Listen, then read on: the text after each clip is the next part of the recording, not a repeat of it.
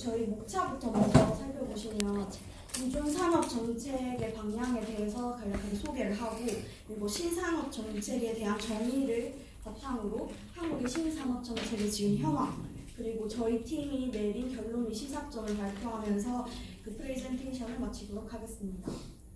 먼저 기존의 신산업 정책 이론입니다.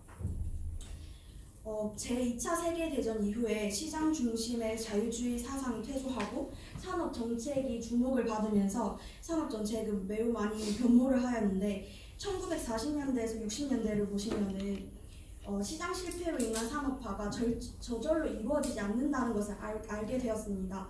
그렇게 해서 발전을 위한 산업화의 필요성을 느끼게 되고, 저희가 익히 알고 있는 유치산업보고론, 그리고 국유화, 국가조정기능 등의 분야에서 산업정책이 필요하다라고 느끼게 되었습니다. 그리고 1970년대에서 90년대에는 산업정책에 대한 현실적인 장애 요인이 많음을 인식하게 됩니다. 그렇게 해서 시장 실패보다 정부 실패가 더 나쁜 결과를 가져온다는 주장이 지배력을 행사하게 되었는데요. 그렇게 되면서 거시 경제적인 안정성, 그리고 최소한의 정부 개입하에 무역 자유화를 하자라는 주장이 나오게 됩니다. 그리고 2000년대에 들어서게 되면서 시장 실패와 정부 실패에 노출되며 산업 정책에서 Y보다는 How가 더 중요하다라는 평가를 받게 됩니다. 그리고 2000년대에 들어서면서 IT 기술이 매우 많이 보급화되었는데, 그렇기 때문에 산업 정책의 중점 목표는 혁신과 기술 개선입니다. 이제 앞에서 나온 유치산업보호론과, 그리고 이게 70년대에서 90년대 이 시대를 워싱턴 콘센서스 시대라고 부르는데, 거기에 대해서 간략하게 소개를 해드리겠습니다. 먼저 유치산업보호론입니다.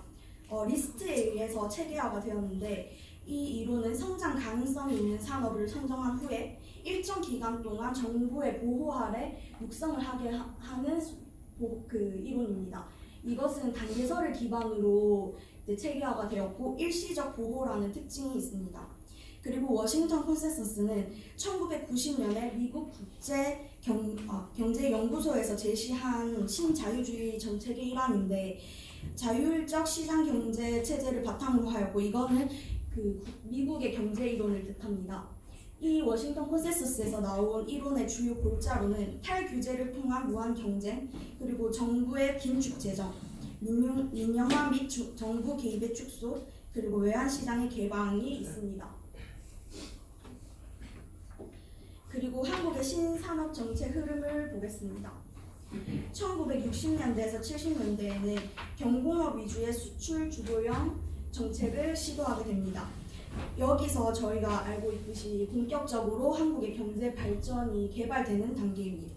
그리고 70년대에서 80년대까지는 중화학공업을 집중적으로 육성을 하게 되는데, 해운 자동차와 같은 현재 우리나라가 이제 주력 산업으로 밀고 있는 것을 이 시대에 육성을 하게 되었고, 그리고 중화학공업 분야에서 구조조정을 통해서 산업 합리화를 진행하고자 하였습니다. 그리고 80년대에서 90년대까지는 좀 더 자율적인 경제로 가자라는 말이 나오게 되고, 개방화를 많이 진행을 하면서 민간 주도의 경제를 이끌어내기 위해 많은 노력을 하였습니다. 하지만 다들 아시다시피 97년에 외환 위기가 따르면서 많은 혼란을 빚기도 하였습니다. 2000년대에 들어서면서 IT 산업을 주력화하면서 지금 우리나라가 IT 강국이라는 칭호를 받게 되는데, 이제 혁신 주도형 경제로 이행을 하기 위한 정부 정책이 많이 나오게 되었습니다. 이러한 기존 산업 정책에도 한계는 많이 존재를 하게 되었고, 이 한계 때문에 신산업 정책이 필요하다라는 주장이 나오게 되었습니다. 이제 한계부터 보시면은 요소 투입 주도형 경제의 한계를 처절하게 느끼게 됩니다. 그리고 이러한 상황 속에서 경제 성장이 점점 둔화되고 기존 산업의 비용 문제가 굉장히 큰 문제점으로 이제 느끼게 됩니다. 그런 것을 바탕으로 이제 투자와 고용의 확대 필요성을 느끼게 되고, 그리고 세계화의 진전, 기술 경쟁 심화에 대한 효율적인 대응의 필요성을 느끼게 됩니다. 그리고 한국 경제가 재도약하기 위해서는 혁신과 기술, 이 두 개를 내세우자라는 주장이 나오게 됩니다. 그리고 저희 신산업 정책을 살펴보겠습니다. 먼저 정의부터 보시면 기존의 주요 산업 육성에서 벗어나서 새로운 산업을 발굴 육성하는 것과 또한 관련된 법규 제정 등 총체적 관점에서의 정책을 의미합니다. 이러한 이제 신산업 정책 집행 과정에서는 국가 주도의 구조 조정, 기업 합병 등이 발생하기도 합니다. 우리나라를 비롯하여 다른 나라들도 굉장히 많이 신산업 정책을 진행을 하고 있는데, 미국의 경우에는 리메이킹 아메리카, 그리고 중국은 저번 주에 봤듯이 중국 제조 2025, 그리고 일본은 산업 제한 플랜, 독일의 경우 인더스트리 4.0 이렇게 진행을 하고 있습니다. 한국의 신산업 정책을 보시면은 앞서 보았던 세계 주요 국가들과 4차 산업을 육성하는 프로젝트의 실행에 있어서 우리나라도 많은 정책들이 나오고 있는데, 우리나라의 경우에 앞에 봤던 것과는 조금 다르게 정확한 명칭은 없이 그냥 제조업 혁신 2030이라는 별칭으로 진행 중에 있습니다. 이 한국의 신산업 정책의 경우 이제 산업통상자원부에서 구상을 많이 하고 있는데, 3대 전략, 6대 정책, 그리고 5대 신산업 플랜 이 두 가지 산업 프로젝트를 구상을 하고, 이런 신산업 육성 과정에 있어서 신산업 분야와 관련된 규제를 개선하고자 규제 샌드박스를 2019년 1월부터 시행을 하였습니다. 먼저 3대 전략, 6대 정책부터 살펴보겠습니다. 이 3대 전략, 6대 정책은 산업, 기업, 지역 이 세 가지가 맞물려 돌아가야 한다는 것인데, 거기서 이제 산업에 있어서는 주력 산업 고도화 및 신산업 창출, 기업에 있어서는 대기업 중심에서 좀 더 중견기업을 새로운 성장 주체로 미래지향적 상생 협력을 강화하자. 그리고 지역에 있어서는 기존의 수도권에 편중되어 있던 것을 이제 그 거점 지역으로 좀 더 분산을 시켜서 육성하자라는 것입니다. 여기서 말하는 6대 정책은 신산업 선도 프로젝트 추진, 주력산업 성장 활력 회복, 중견기업 새로운 성장 주체로 육성, 함께 가치를 창출하자는 업종별 상생 협력, 국가혁신 클러스터 육성, 지역의 혁신 성장 확충 지원, 이렇게 6가지 정책을 의미합니다. 그리고 5대 신산업 플랜은 전기, 자율주행차, 에너지 신산업, 그리고 이제 고령화 밀접한 연관이 있는 바이오 헬스, 그리고 IoT 가전, 4차 산업혁명 이렇게 5가지입니다. 규제 샌드박스를 보시면 신산업 신기술 분야에서 새로운 제품 서비스를 내놓을 때 일정 기간 동안 기존의 규제를 면제해주는 정책을 의미를 하는데, 이제 이 규제 샌드박스의 유래는 영국이 핀테크 산업을 육성을 할 때 이 정책을 쓰게 되고, 이거를 우리나라에서 받아들여서 이제 올해 1월부터 이제 산업혁신, R&D 개발 이쪽 분야에서 이제 규제 샌드박스 정책을 시행을 하게 됩니다. 한국의 신산업 정책 목표를 보시면 미래 모빌리티 사회, 그리고 초연결 사회, 그리고 에너지를 전환하고 4차 산업혁명을 맞이하는 것입니다. 그래서 한국의 정부의 목표는 2020년까지 1차적으로 일자리 30만 개를 창출하자라는 목표를 가지고 정책을 추진하고 있습니다. 한국의 신산업 현황을 살펴보겠습니다. 먼저 스마트 팩토리입니다. 스마트 팩토리의 경우 앞에서 있었던 것 중에 제일 좀 5G와 더불어서 익숙하다라고 느낄 수 있는데, 먼저 정의부터 보시면 똑똑한 공장이라는 뜻으로 모든 공장과 공정이 자동화가 됩니다. 이것은 IoT를 기반으로 IoT와 빅데이터, AI, ICT, AR 및 VR이 모두 연동이 되어서 선순환 구조를 그리면서 공장이 자동화가 되는 것을 말합니다. 이 스마트 팩토리의 경우에 총 3단계의 발전 단계를 가지고 있는데, 첫 번째 단계에서는 자동화와 ICT를 도입을 하고, 그리고 두 번째에서는 이제 IoT를 활용을 하고 빅데이터를 많이 활용을 합니다. 그리고 3단계에서는 이 모든 것을 바탕으로 산업을 비즈니스화해서 판매뿐만 아니라 기술 판매 및 솔루션을 제공을 하고 다른 기업과의 연계도 목표로 할 수 있습니다. 스마트 팩토리의 산업 규모를 보시면은 글로벌 스마트 팩토리 시장의 경우 2015년 1937억 달러에서 2020년에는 2,847억 달러로 성장할 것으로 전망이 되고, 지역별로 보시면 미주가 가장 큰 시장을 점유를 하고 있습니다. 그리고 그 뒤를 유럽과 아시아가 뒤따르는데 2015년까지는 근소하게 유럽이 2위를 차지하고 있었으나 2016년의 경우 이제 한국을 비롯해서 중국, 다른 아시아 지역이 강세를 보이면서 그 2위와 3위가 뒤바뀌는 현상을 볼 수 있습니다. 이런 스마트 팩토리 시장에서 지속적인 성장을 하게 되는데, 이것을 좀 더 성장을 시키기 위해서 정부의 투자 및 육성의 필요성이 많이 증가가 되고 있습니다.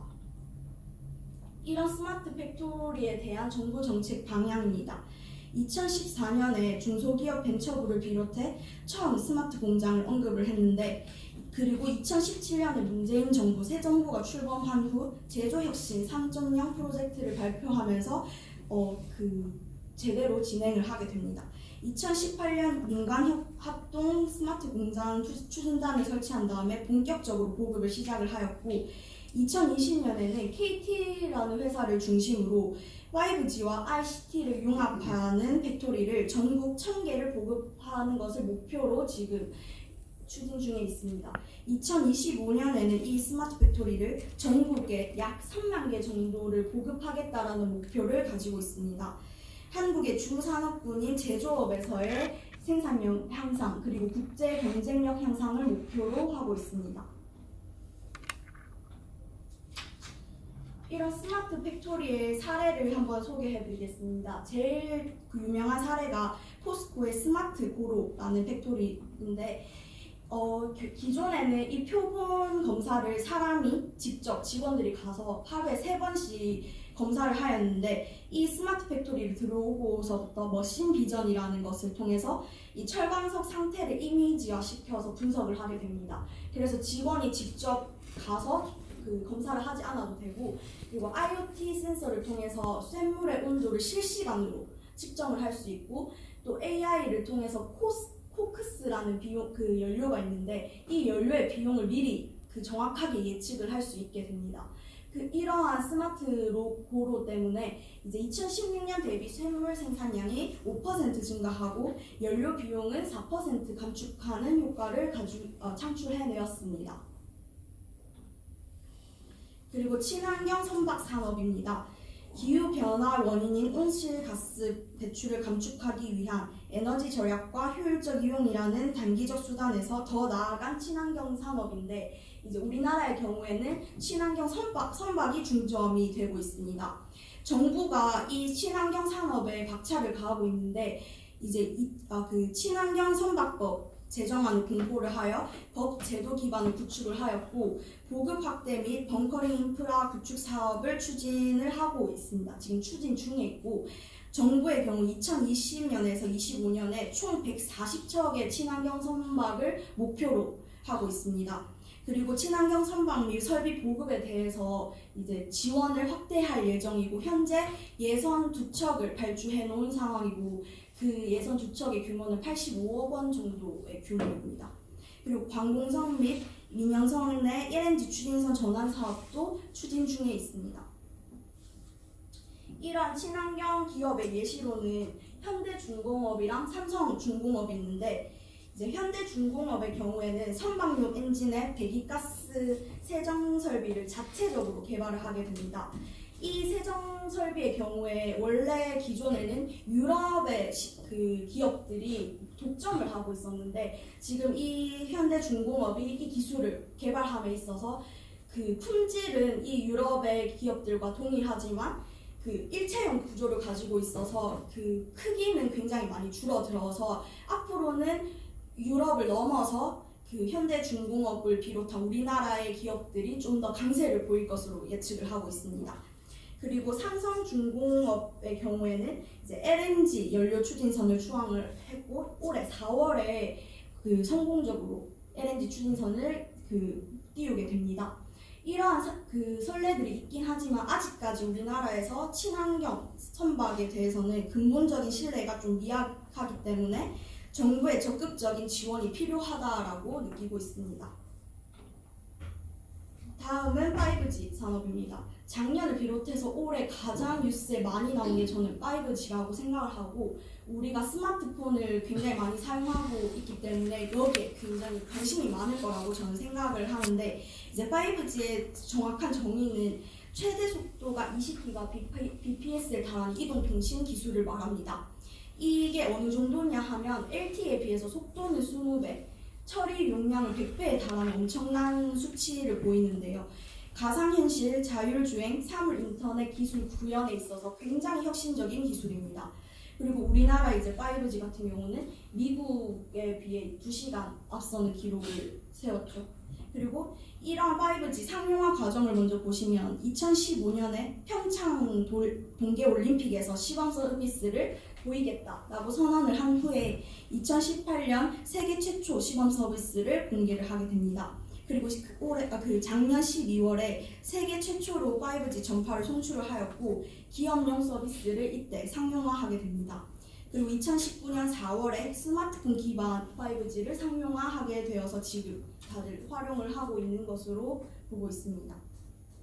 5G의 경제적 효과를 보시면 이제 통신 서비스, 단말기 등을 포함한 이동통신 시장의 규모가 2020년에는 한 9,048억 원 정도 될 것으로 전망을 하는데 26년 6년 사이에 26조 4,841억 원이 될 것으로 전망을 하고 있습니다. 그리고 2020년에서 26년 7년까지는 이제 장비 및 서비스 분야의 생산 유발액은 552조 원, 그리고 부가가치 유발액은 114조 원이 될 것으로 봅니다. 그리고 이러한 5G로 인해서 고용 창출은 한 58만 명 정도가 될 것으로 예상하고 있습니다. 하지만 우리나라 5G의 한계점을 보면 이제 장비, 설비 같은 후방 산업의 그 역량이 매우 낮습니다. 그리고 사업화가 미흡하고 관련 인재랑 규제 정비가 부족하고 산업 생태계 또한 좀 미약하다고 볼 수 있습니다. 그리고 중국과 미국의 경우 이 산업에서 굉장히 급성장을 하고 있는데 우리나라의 경우 5G를 좀 개인의 포커스를 맞췄다면 미국과 중국은 이 5G를 개인 스마트폰뿐만이 아니라 이제 다른 스마트 팩토리라던가 자율주행 자동차 더 큰 산업에 이용을 하기 위해서 개발을 하고 있기 때문에 장기적으로 보았을 때는 우리나라가 오히려 이것에 발목이 잡힐 수 있는 그러한 위험성을 내재하고 있다고 저는 생각을 합니다. 저희 팀이 내린 결론입니다. 제조업에만 머무르고 있는 한국의 신산업 정책은 굉장히 위험하다고 볼 수 있고, 그리고 산업 현장에는 아직까지 투자에 대한 걸림돌이 많이 존재를 하고 있습니다. 그리고 신산업에서는 속도라는 게 굉장히 중요한데 우리나라는 그 쓸데없는 시간들을 많이 소비를 하면서 시간이 계속 많이 걸리고 있고, 그리고 우리나라 여건상 신산업 탄생을 많이 가로막는 여건들이 많이 존재를 하고 있습니다. 개선 방안은 제조업의 서비스나 문화를 접목한 새로운 산업을 많이 개발을 하고, 그리고 기업이 주도적으로 혁신을 할 수 있는 여건을 정부 측에서 만들어줘야 한다고 생각을 합니다. 그리고 정치권이 조정을 해서 수시로 변하는 정책이 아니라 하나의 일관성을 가지고 쭉 진행을 할 수 있는 정책을 시행할 필요성이 있다라고 생각을 하고, 그리고 우리나라의 분위기상 좀 실패를 두려워하는 분위기가 많습니다. 이러한 실패를 용인하지 않는 분위기에서 좀 벗어나서 사회적 분위기를 바꿔서 새로운 혁신적인 기술, 창의적인 기술들이 많이 나올 수 있게끔 이제 사회 분위기를 많이 개선을 해야 한다라고 생각을 합니다. 결국 한마디로 정리를 하면 정부의 정책 그리고 기업의 실천, 국민들은 인식 개선, 이렇게 세 개의 태엽바퀴가 맞물려 가야 진짜 우리나라가 이 신산업에 대해서 세계의 무대를 주도를 할 수 있을 것이라고 생각을 합니다.